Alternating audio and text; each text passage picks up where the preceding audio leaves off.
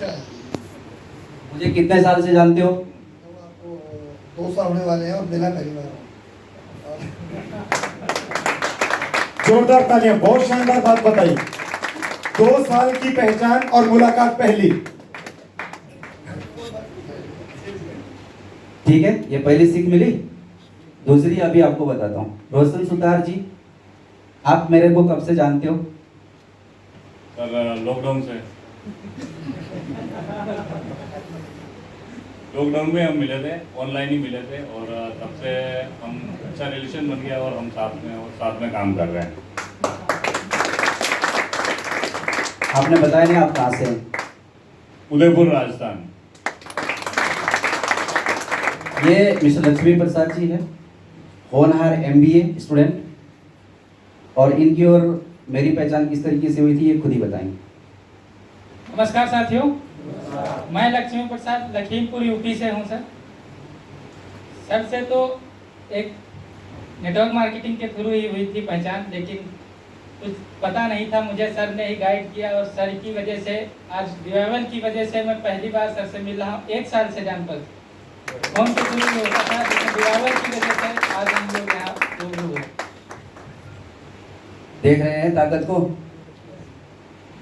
ये हमारे सबसे करीबी मित्र। रात को 10 बजे मेरे पिताजी की डेथ हुई और मैंने बोला मेरे पास में पैसे नहीं है, पैसे भेजो। मेरे पास में पैसे नहीं है सती गति करने के, पैसे भेजो। बिना सोचे समझे मेरे वॉलेट में पैसे डालने वाला मेरा दोस्त रोशन सुतार जी और शैलेश कुमार जी। मैंने यही दोनों को ही फोन किया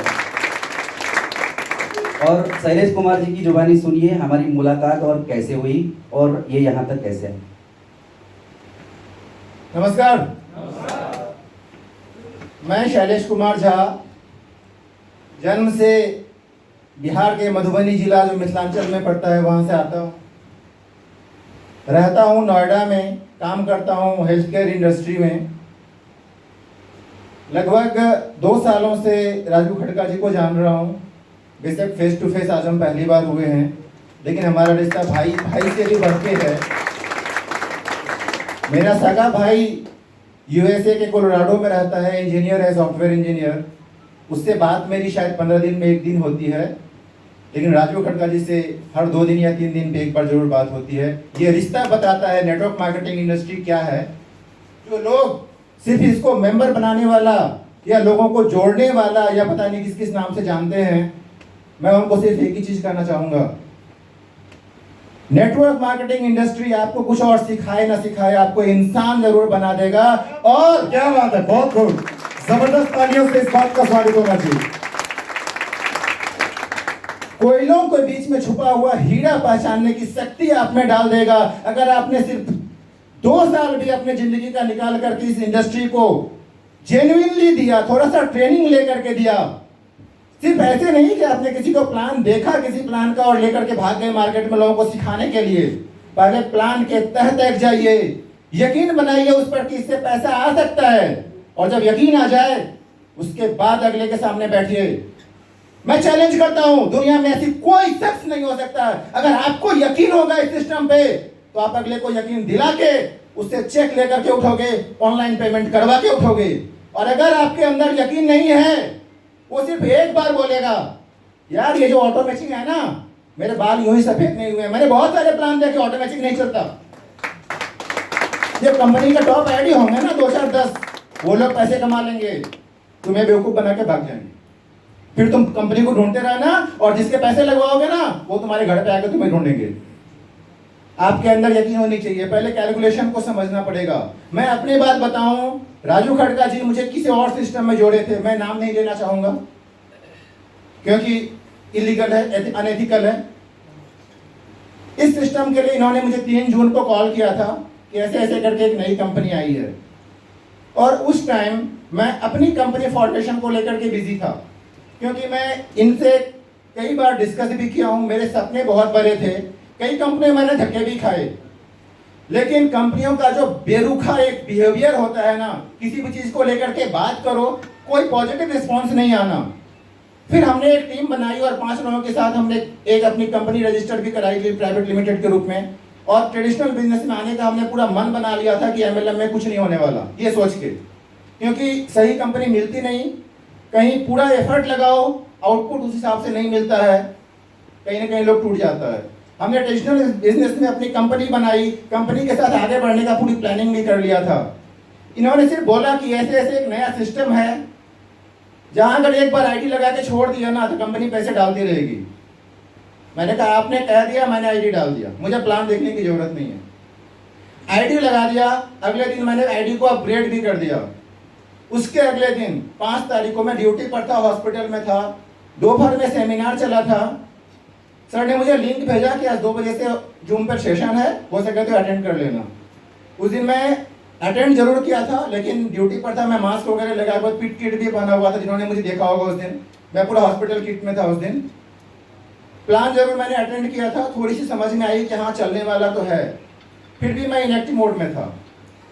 और अगले ही दिन मैंने एक को रेफर किया था, कोल्हापुर से हैं, बहुत अच्छे लीडर हैं। उनकी आईडी मैंने डाली थी, लेकिन वो आईडी अपग्रेड नहीं कर रहे थे, कुछ शायद डाउट होगा। मैंने राजू खड़का जी को लाइन पर लिए, कॉन्फ्रेंस लाइन पे, और फिर ये बात कराए उसी शख्स से जो इस माइक स्टेज पर आकर कभी बोल के गए कि मेरे से कुछ बोला नहीं जाता। उन्होंने 5 मिनट में ऐसे कौन से गुरु मंत्र दी मुझे पता नहीं, मैं भी लाइन पर था, लेकिन मैं शायद कुछ नेटवर्क प्रॉब्लम था तो मैं सुन नहीं पाया। और उनके गुरु मंत्र से उस बंदे ने ऐसा जागा और ऐसा भागा कि 3 महीने में 700 की टीम खड़ी कर दी है उन्होंने। जबरदस्त तालियां होनी चाहिए। And this is the way we crack the party.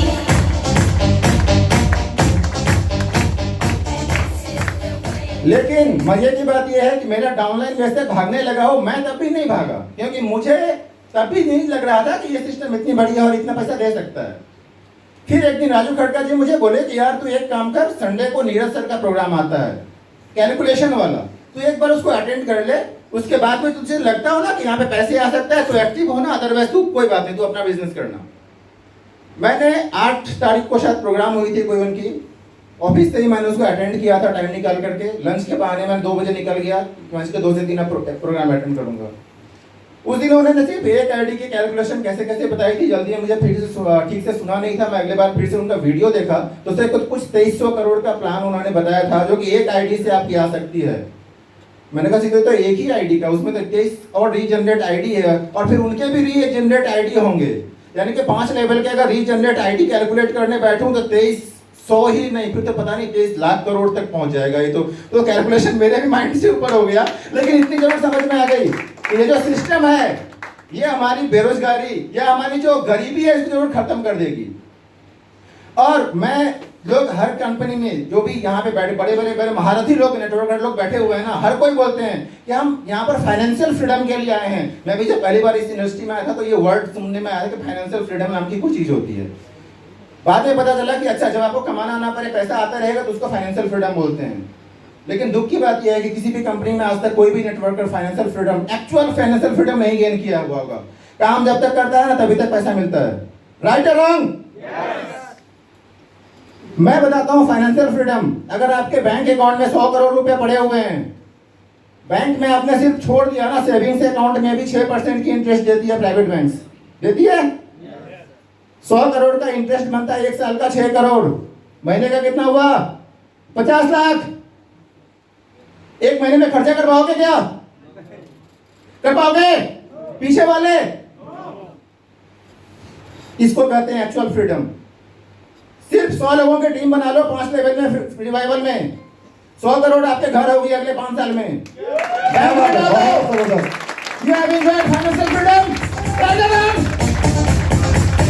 दुनिया घूमो, एंजॉय करो, कुछ भी करो, पैसा आपका खत्म होने से रहा। ये है एक्चुअल फ्रीडम। और दूसरी बड़ी बात, अगर आप किसी भी को भी अपने साथ इस सिस्टम में लाते हो ना, उसको एक ही चीज समझा दो कि अभी तक आपने सिर्फ पैसे गंवाए हैं। हम आपके यहाँ पर सिर्फ 3 आईडी डालेंगे, ज्यादा नहीं, सिर्फ 3 आईडी। 5400 रुपए की आईडी आएगी, 400 रुपए आपका रिफंड हो जाएगा फर्स्ट लेवल से, 5000 की नेट इन्वेस्टमेंट बचेगी। बच्चे के नाम से पैसे फिक्स कर सकते हो 5000 रुपया, 5000 रुपया फिक्स कर दो। 5 साल बाद इस आईडी को खोलना, 1 करोड़ रुपए आपके अकाउंट में पड़े होंगे, 2 आईडी डालना, पैसे निकाल लेना। तब तक भूल जाओ, हम काम करने के लिए लगे हुए हैं। कि हम लोगों ने आप पर कोई एहसान किया है तो आप थैंक यू मत कहिए, इंस्टेड 3 लोगों की मदद कीजिए और उन तीनों से कहना कि वो 3 और की मदद करें।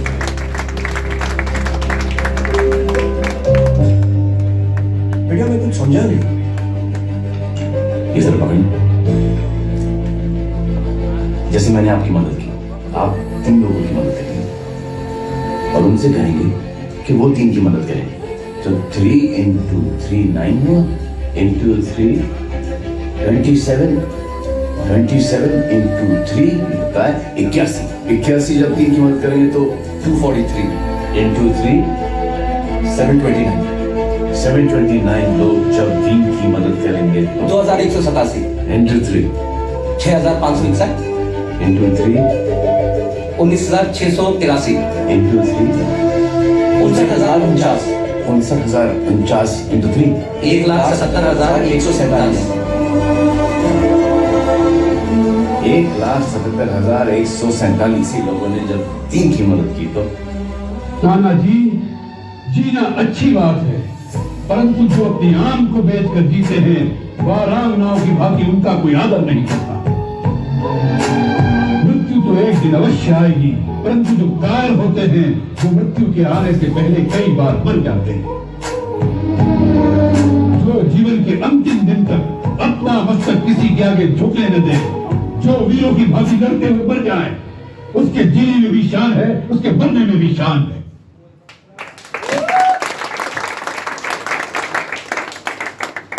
दोस्तों एक एग्जाम्पल देना चाहूंगा, आप नेटवर्कर से जरूर सुना होगा कहीं ना कहीं। एक गरीब ब्राह्मण किसी राजा के यहाँ जाकर के सिर्फ इतना ही बोला था कि राजन मुझे कुछ भिक्षा दे दो। राजा हमेशा गुरूर में ही होता है, आप सब जानते हैं। उन्होंने बोला कि ठीक है, मांगो बच्चे क्या चाहिए। उन्होंने बोला कि राजन हमें कुछ अनाज की कुछ दाने दे दो बस। राजा को गुस्सा भी आ गया, अरे यार तुम इतने बड़े राजा के सामने खड़े हो, कुछ और मांगो, हीरे जवाहरात कुछ और मांग लो, जमीन जायदाद कुछ और मांग लो, क्या अनाज के दाने के लिए बड़े होगे तो गरीब घर में भी तुम्हें मिल जाएंगे। ब्राह्मण ने कहा कि नहीं राजन, मुझे ज्यादा बड़ा ख्वाहिश नहीं है, आप बस कुछ अनाज के दाने ही दे दो, खाना तो अनाज ही होता है, पैसे थोड़े ना खाते हैं हम। उन्होंने बोला ठीक है। जो उनके असिस्टेंट लोग थे, उनको मंत्री लोग थे, उनको ऑर्डर दे दिया कि ठीक है, इनको जितना चाहिए अनाज दे दो। उसने एक कंडीशन रख दी। राजा उस टाइम शतरंज खेल रहा था बैठ करके अपने सहयोगी के साथ।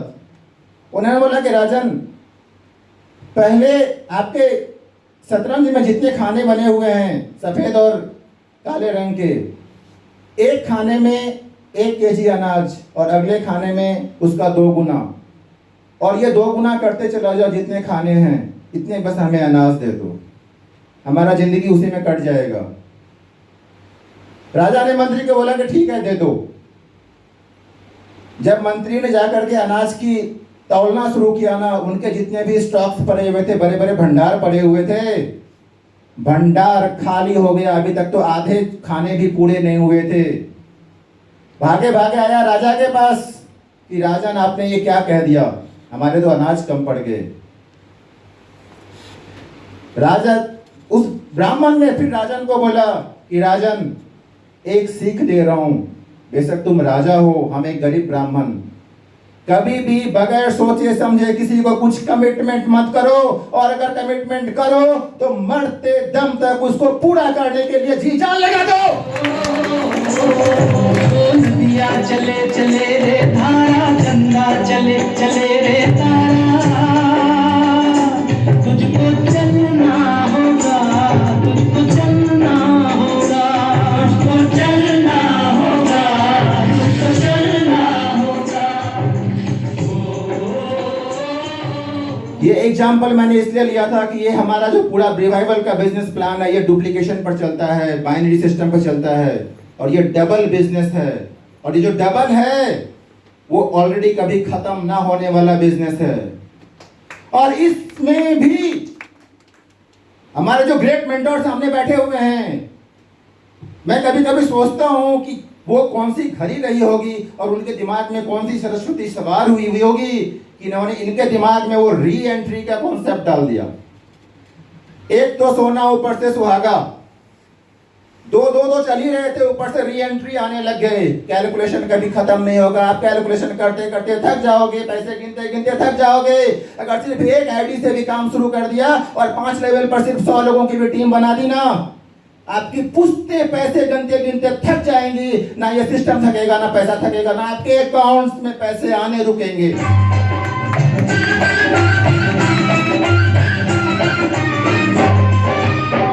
जीवन कहीं भी ठहरता नहीं है, जीवन कहीं भी ठहरता नहीं है। आँधी से तूफान से डरता नहीं है। तू न चलेगा तो चलते भी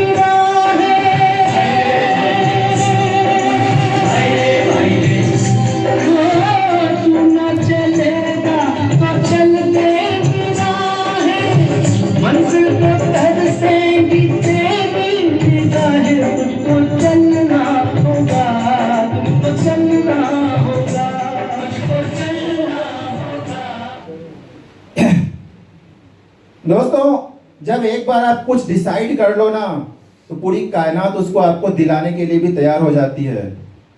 10 दिन पहले राजू खटका जी ने मुझे से पूछा था कि तो गोल्ड समिट होने वाला है, लेकिन तुम्हारी आइडिया भी सिल्वर में ही है, क्या करोगे, आओगे? मैंने कहा हमारी तो एंट्री नहीं मिलेगी, जब गोल्ड की है तो सिल्वर कैसे एंट्री होगी वहाँ? तो उन्होंने कहा नहीं, मैं सीएमडी सर से बात करूंगा। मैंने कहा ठीक है, अगर वो इजाज़त दे देंगे तो मैं आने को तैयार हूँ। इन्होंने बात करी, फिर हमें बोला कि ठीक है, उन्होंने बोला कि आप आ सकते हो। मैंने कहा मैं आने को तैयार हूँ, मेरी नाम लिखवा देना कंपनी में।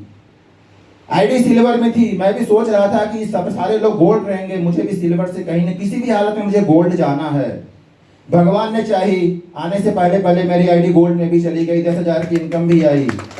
बात सिर्फ 10,000 की नहीं है, एक डिसीजन का है। अभी सर ने बोल के गए थे 4D। डिसीजन तो हम ले चुके हैं, रिवाइवल में आ चुके हैं, ड्यूटी हम कर रहे हैं। आगे का जो 2D था, एक तो डेडिकेशन है, क्या था सर, मैं तो भूल गया। डिसिप्लिन और डेडिकेशन, बस ये 2 चीज अब हमें मेंटेन रखना है सिस्टम में। डिसिप्लिन और डेडिकेशन, ये 2 चीज अगर हम कंसिस्टेंट रखे, अपने अंदर वो मोटिवेशन और वो कैलकुलेशन को उतार लो इस प्लान के पूरे। कोई भी कुछ भी कहे, पेपर पेन उठाओ और पूरा कैलकुलेशन करके समझा दो। इंडिया की तो छोड़ो, दुनिया की कोई भी सिस्टम अगर ऐसी हो जो बगैर काम किए पैसा देने के लिए तैयार हो, तो आओ मेरे सामने बैठो, अदरवाइज अपना प्लान छोड़ के मेरे साथ साइन कर लो आके। अपने डिसीजन लेने के पहले बहुत बार सोचना, लेकिन अगर एक बार ट्रेनिंग की सोच ली है, बिजनेस शुरू करने की सोच ली है, रिलेशनशिप की सोच ली है, या कुछ अपनी जिंदगी में अलग करने की सोच ली है, खुद की इंसल्ट मत करना। जो डिसीजन ले लिया है उसके लिए रोज मेहनत कर, बहुत कठिन रास्ता है और अकेले रहने की आदत डाल। तो आप लोगों ने देखी ये ताकत कि एक इंसान दूसरे इंसान को कभी नहीं मिला, कभी उसने उसका शक्ल नहीं देखा, वो इंसान इस नेटवर्क मार्केटिंग के सिस्टम से मिला, एक भाई से भी बढ़कर प्यार करने वाले लोग बने। और इस सिस्टम में देखो, पैसा सिस्टम देता है, लेकिन उसमें आवश्यकता होती है लोगों की। हम और सिस्टम दोनों जुड़े हुए हैं। उसके लिए जो मैंने यहाँ पे एग्जांपल आप लोगों को दिए, आप लोगों को समझ में आए होंगे कि क्या करना है और क्या नहीं करना है और कैसे करना है। इंतजार की हद हो गई, अब तो अगली तारीख दे ही दी जाए। जी जरूर दी जाएगी। और इसी के साथ में मैं समाप्त करता हूँ अपनी वाणी को, और बहुत बहुत शुक्रिया आप लोगों का।